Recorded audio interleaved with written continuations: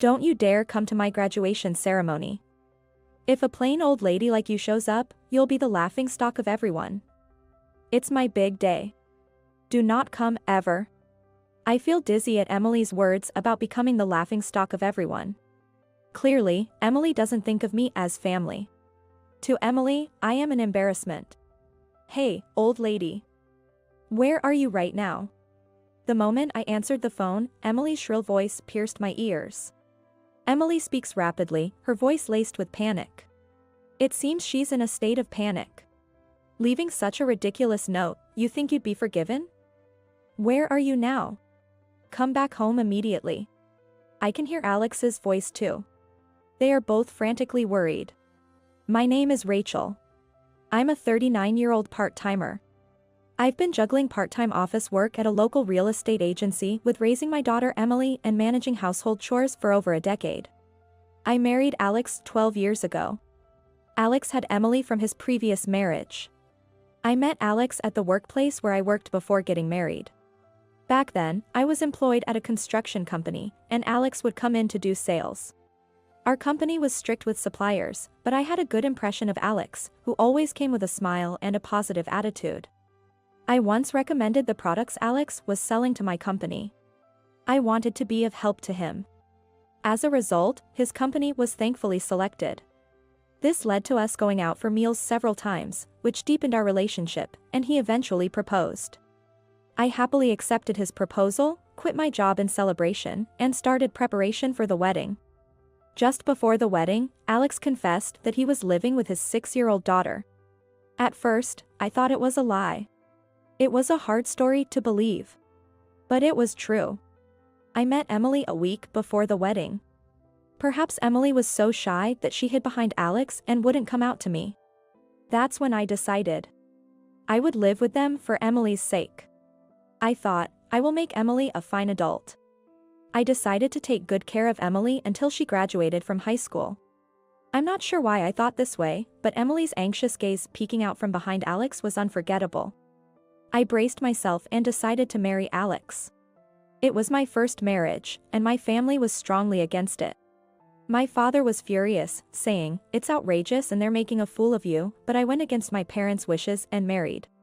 If I had followed my parents at that time, I might have avoided the hell that was about to begin. 12 years have passed since the marriage. Emily is now 18. She is due to graduate from high school this year. Normally, this would be a cause for celebration. However, I couldn't genuinely be happy. The thought I had when I decided to marry, to make her a fine adult, haunts me. Hey, old hag. Where's my t-shirt? Where did you put it? You didn't steal it, did you? 2 years after we started living together, Emily began calling me old hag. She used to be kind in the beginning. She gradually got used to me, but one day, she started calling me old hag and her attitude became more aggressive. Is this the t-shirt you're looking for? I took it out from the folded laundry and handed it to Emily. Why did you wash it? What if it shrinks? You're supposed to dry clean it, you know. You're so clueless. Really, so dull. I thought the fabric of this t-shirt would get damaged at the dry cleaners, so I hand-washed and air-dried it instead. But I couldn't say that to Emily, so all I could reply was, "I'm sorry." Emily snatched it from my hands as if she was grabbing it and left, saying, "Really, you're useless," as her parting shot. Emily's words are sharp, piercing my heart. I couldn't argue back, I could only apologize. I didn't understand why Emily had become so harsh towards me. Initially, I thought she was being teased about her father's remarriage, but it seemed that wasn't the case. Around that time, Alex's attitude began to change. He used to have the same smiling face he had when he was selling, but lately, he hardly smiles at home and often sulks. Emily's attitude towards me changed along with his behavior. I thought there must be something lacking in me, so I made sure not to skimp on household chores and to keep a close watch on Emily. I wanted Emily to grow up to be a respectable adult. But contrary to my wishes, Emily's attitude towards me was getting worse day by day. Calling me old hag had become the norm. I no longer heard words like "thank you" from Emily. What was surprising was that during the elementary school parents' evening, It was mentioned that Emily behaved normally in class and there was no sign of any aggressive behavior whatsoever. Alex also talks to Emily normally. Sometimes, he even shows her a smile. That means, she only shows such terrible attitude towards me. This hurt me even more. Even if I tried to talk to Alex, he was distant towards me, completely changed from before. I had no one to talk about it. I continued my life carrying a heavy and dark weight in my heart. I was becoming increasingly isolated within my home. My isolation at home was getting worse. Since middle school, Emily stopped telling me about school, and Alex would attend events. I was in a state where I had to learn about the schedule of the sports festival and cultural festival from the neighbors. It seemed that Alex and Emily were still getting along well, sometimes going out together. I wanted to be treated as a family member by Alex and Emily. I had always wanted us to live happily together.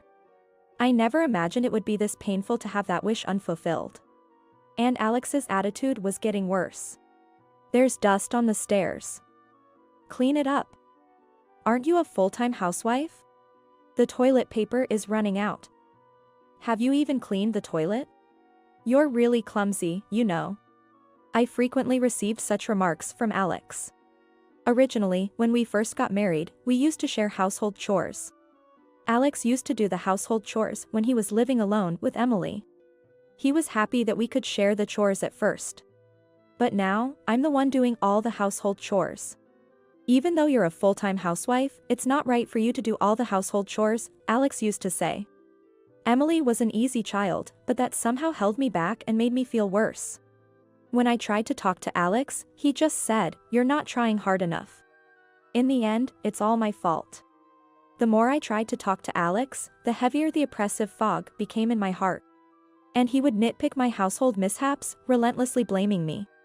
You can't even clean properly, no growth even after all these years. Do you lack the ability to learn?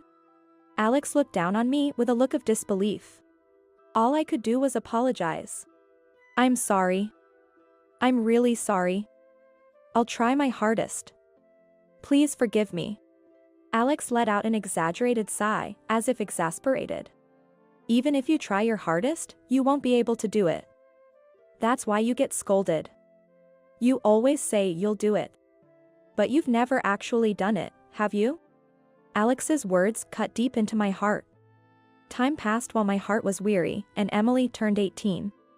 I was concerned about Emily's future, but she wouldn't tell me anything. Alex wouldn't talk to me about it either. By this time, I had stopped talking to Alex and Emily about anything other than absolutely necessary matters. I happened to overhear Emily and Alex talking about her future after graduation. I knew it was eavesdropping, but I wanted to know, so I stopped and listened until the end.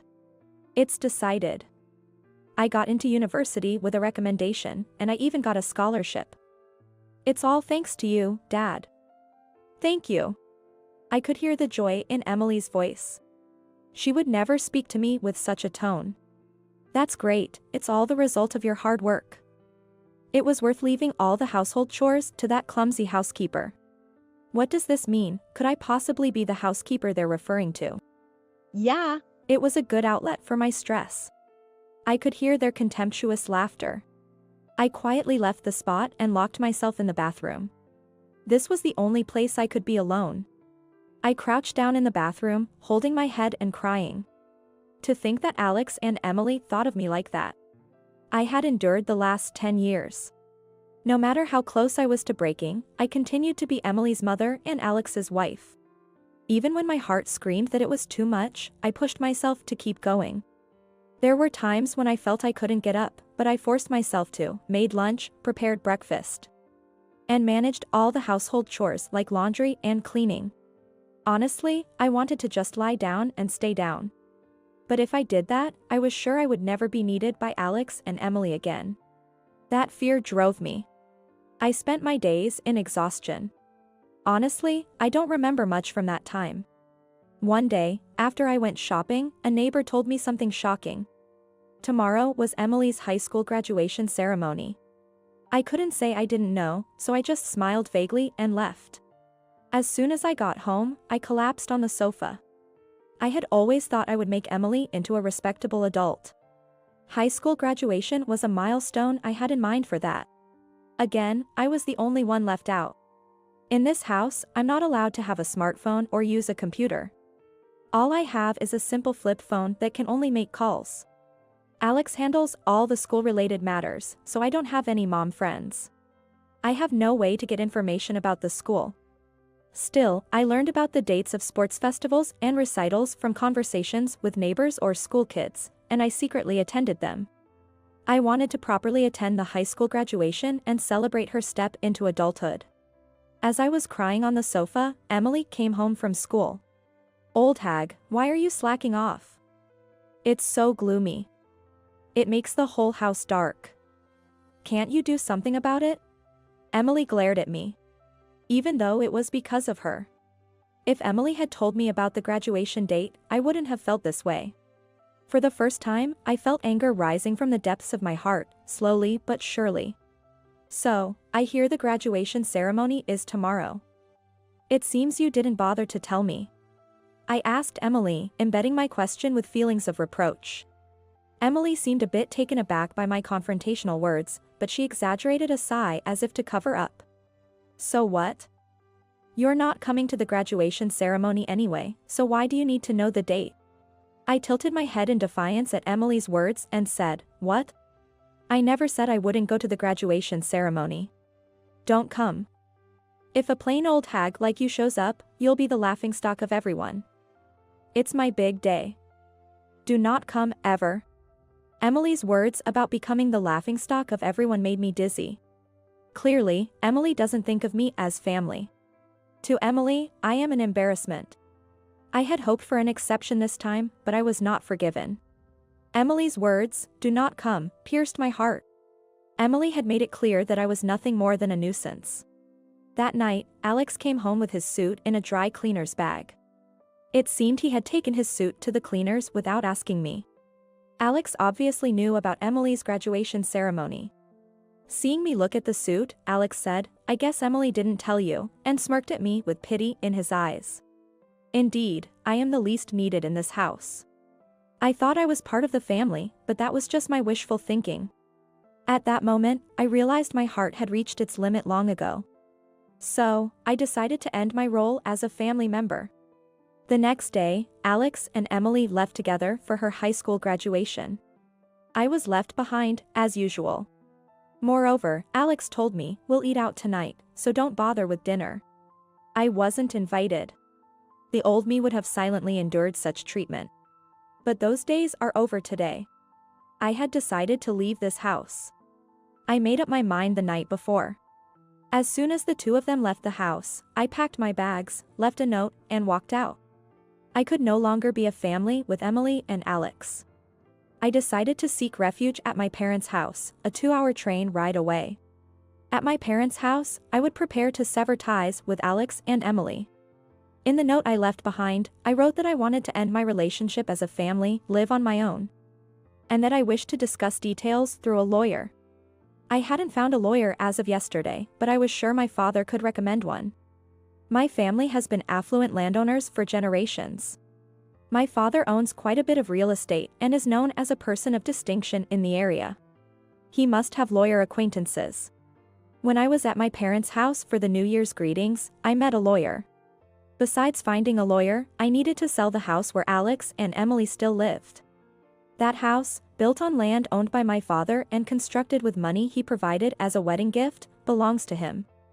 I had been gradually repaying my father with the money I earned from my part-time job in real estate. This real estate job was also something I got through my father's referral.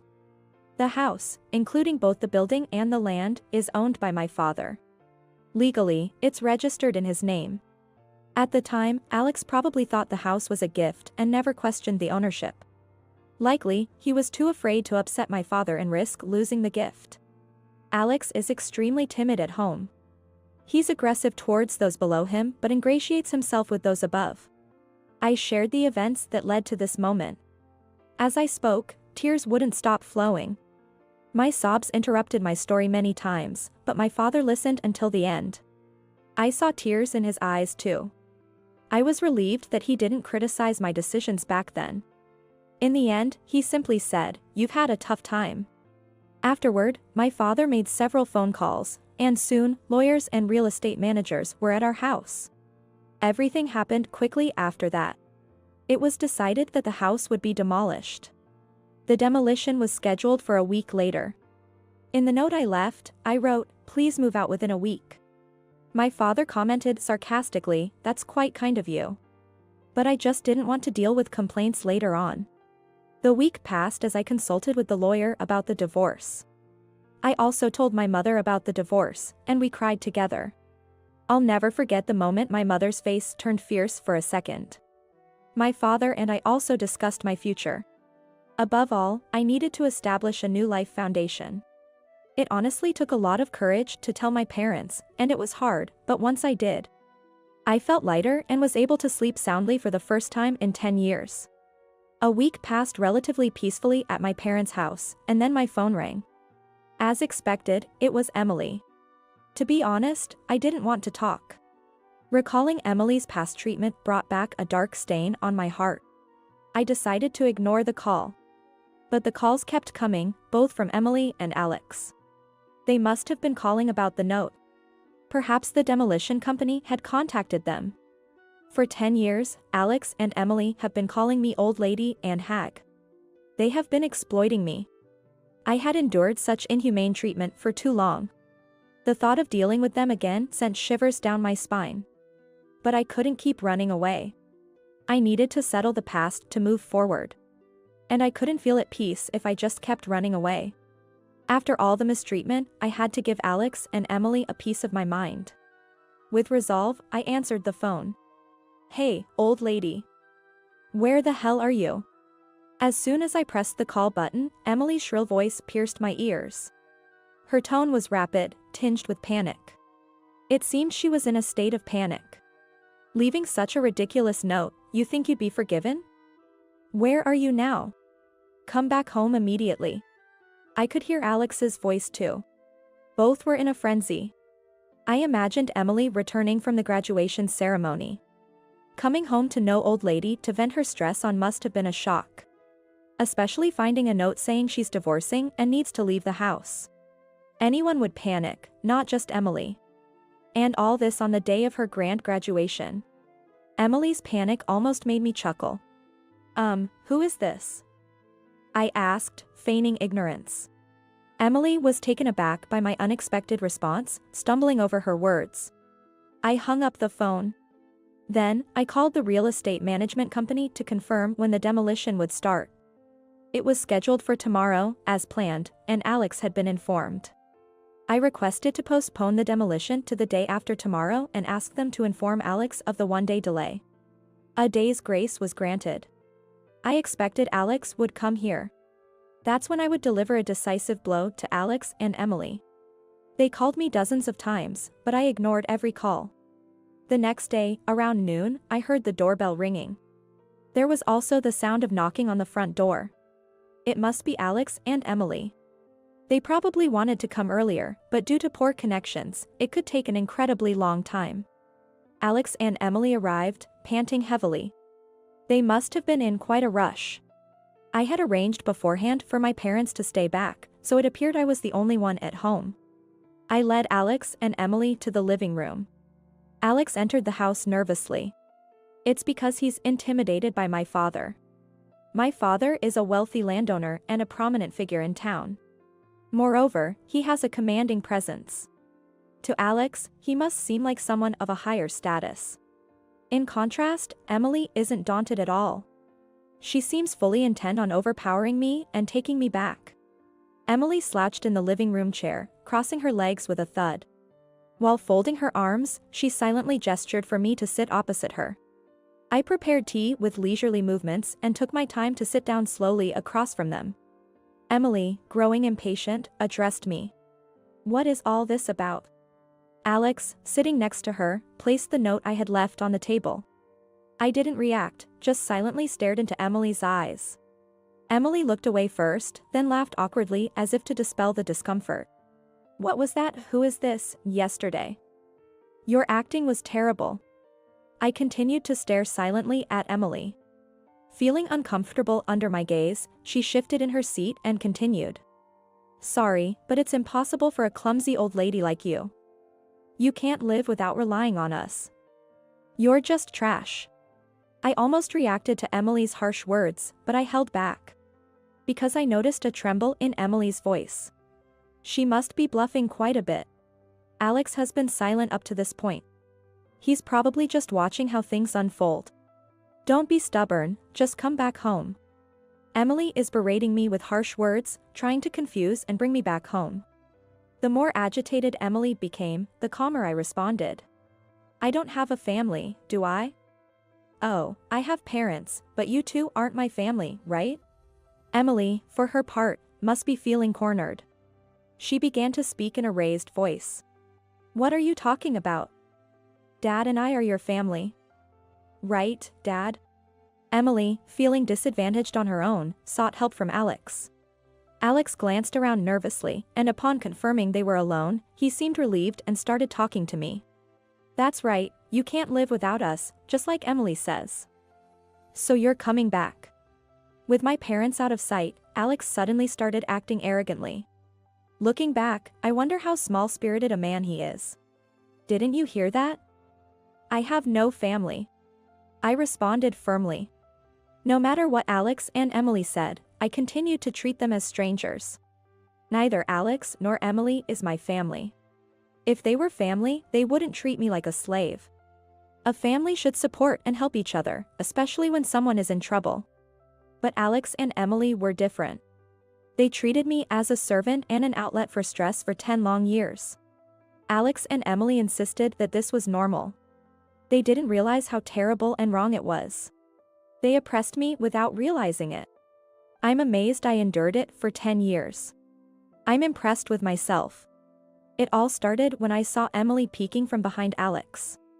I was bound by the promise I made to myself to raise Emily into a respectable adult. For this promise, I devoted myself to Alex and Emily with all my might. That's why I endured until her high school graduation. I had decided that Emily's graduation and departure from high school would mark the end of my commitment to her. I hoped that by then, Alex and Emily would have a change of heart and improve their attitude towards me. Naturally, Alex and Emily betrayed my expectations, leading to this situation. Their behavior the day before the graduation ceremony sealed everything. That's why I'm confronting them with the appropriate attitude now. Alex and Emily are no longer my family. That's why I don't treat them as family. Perhaps realizing the meaning behind my treatment as strangers, Emily changed her approach. We're family, right, Mom? Stop this silly act, please. Suddenly, old hag has changed to Mom. Emily must be realizing things won't go as before. Alex, too, watches us nervously, holding his breath. I might not be your birth mother, but we've lived together all this time. So please listen to my request. Emily unfolded her arms and clasped her hands in front of her. Her previously arrogant posture is now leaning forward. I don't listen any favors from someone who are not my family. I remained calm, suppressing my emotions and responding coldly. Tears welled up in Emily's eyes. She pleaded desperately. Please listen to me. That note was a lie, right? You're not really selling the house, are you? It can't be true. Because you're my mom. Emily's use of mom repulsed me. Moreover, her main concern seemed to be about the house. She must be anxious about losing the house. The house is indeed going to be gone. My question is that it's really what they are concerned about. In the end, it seems all that matters to them is having a place to live, whether I'm there or not. No matter how much Emily pleads, my feelings won't change. Emily kept her face down. It seemed like she was crying. What kind of joke is this? Seriously, cut it out with the snide attitude. Alex, perhaps unsettled by Emily's tears, lashed out at me. What's with that note? Come back immediately and stop the demolition. Alex ranted angrily in a rapid-fire manner. I can't do that. It's already been decided. I continued to respond in a voice strained with suppressed emotion. Do you think you can do this to your family and be forgiven? That's why I keep saying you are not my family. Neither Alex nor Emily seemed to be listening at all. Enough already. Haven't I told you, we're not family? How many times do you think I've repeated the same words? Suddenly, Alex stood up and slammed his fist on the table. Cut the crap. I was startled but managed to suppress my emotions and not react. Who's joking here? It's impossible to act like a family now after not being treated as one for 10 years. I realized my voice came out harsher than I thought. I was angry too. I didn't show it, but anger was welling up from deep inside me, ready to erupt like a volcano. I couldn't forgive Alex and Emily's selfish actions to such an extent. They trampled on my decade of hellish suffering and my efforts to overcome it. I tried to become a family with Alex and Emily. However, they rejected that, mocked me, and took advantage of me to the fullest. They will never understand how lonely and painful it was to be left out. Despite my repeated wishes to be treated as family, they never came true. It took me 10 years to give up. Despite my efforts to build a relationship as Emily's mother and as a family, it ended like this. A self-mocking smile appeared on my face. Seeing my dry smile, Alex and Emily looked at me in shock. Alex seemed to lose his strength and slumped back into his chair. These two, until the very end, intended to use me, without understanding my feelings. No matter how much I cared for Alex and Emily, they never cared for me. Even though I cherished them, they never cherished me. And then, when they found themselves in a tight spot, they tried to use me by saying things like we're family, which they never believed. It's just too convenient. I felt not just a headache but even nausea. Why did I endure this for 10 years for them? Looking back, it's a mystery. But there's no point in reflecting on it now. A future together with Alex, Emily, and me is impossible. All I can do is make Alex and Emily acknowledge their guilt and atone. I no longer expect or trust anything from Emily or Alex. Alex came closer, holding my hands, and began to apologize. I'm sorry. Please come back. I'm begging you. Even with these apologies and pleas for return, they don't touch my heart at all. I won't extend a helping hand, nor will I ever consider living together again. Enough already. I'm no longer part of your family. I'm a stranger. Following Alex, Emily also began to apologize deeply. I'm sorry. Please forgive us. We're family, after all, let's go back together. I'm completely astounded by their self-serving statements. Treating me like a stranger for 10 years and now what? Come back because we're family? Did you really think I'd be okay with that? That's wishful thinking. No way. It seems I'm no longer able to remain calm. Words just come spilling out, driven by momentum. Words that I would never have said before are now escaping my lips. Words I had held back out of consideration for Alex and Emily are now pouring out. I don't want to hear your excuses. I can't trust any words from you. I can never think of us as a family ever again. At this point, I placed a piece of paper in front of Alex. It's a divorce petition. Of course, I already submitted it to courthouse. You will get the response papers of divorce from courthouse. So, just accept it. Alex was shaking his head vehemently. Then, Alex showed me a smile. Think it over, will you? Please? I was dumbfounded by Alex's inability to face reality. Such a small-minded man. I had always misunderstood Alex's ingratiating smile. The smile he showed when we first met was actually a sleazy expression of sizing someone up. I mistook it for a kind and friendly smile. It infuriates me even now, thinking back. I stood up and called my parents who were in the back. My parents, Tom and Emma, appeared in the living room. Alex's mouth was agape as if his jaw had dropped. "Oh, Tom." My father glared sharply at Alex. My mother also had a stern look on her face. Just being glared at, Alex shrank and hunched his shoulders. I'm very sorry. While apologizing, Alex made Emily apologize as well. I apologize for the trouble caused by Rachel's misconduct, troubling both of you. I thought I had misheard. My misconduct? Is Alex still trying to evade responsibility at this point? My father's eyebrows twitched slightly. But my father remained silent. Rachel left the house on her own accord. We were just trying to persuade her to come back, right, Emily? Alex was prompting Emily to agree with this nonsensical story. Rachel's misconduct? Don't joke with me. My father's loud voice echoed throughout the house. The windows rattled. Alex and Emily let out a small eek and held their breath. My father stood in front of Alex, bending down to meet his gaze. How could you possibly think Rachel was being selfish? You only think about yourself. You're truly a small man. Then, my father turned to Emily. You've gone along with this man and done some terrible things. What did you think of Rachel? You fools. Again, my father's loud voice filled the room. Emily was so scared that her body was shaking. My father stood up, towering over them in a formidable stance. Emily, you've been causing trouble at school too, haven't you? I've had it investigated. Indeed, through my father's connections, we hired a detective agency to look into Emily. And it turned out she had been extorting money from a fellow student at school. The victimized girl was too scared to consult anyone, but my father has been making preparations to file criminal charges.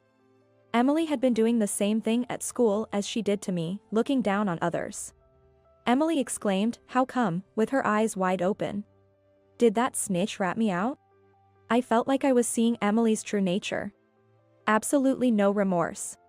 She's probably only thinking about getting through this situation. Alex, you too. You've been embezzling company funds. This was also revealed through the detective agency's investigation. Alex had been making up fake business trips. My father had hired the detective agency to strengthen my position in the divorce, but it unearthed shocking facts about both of them.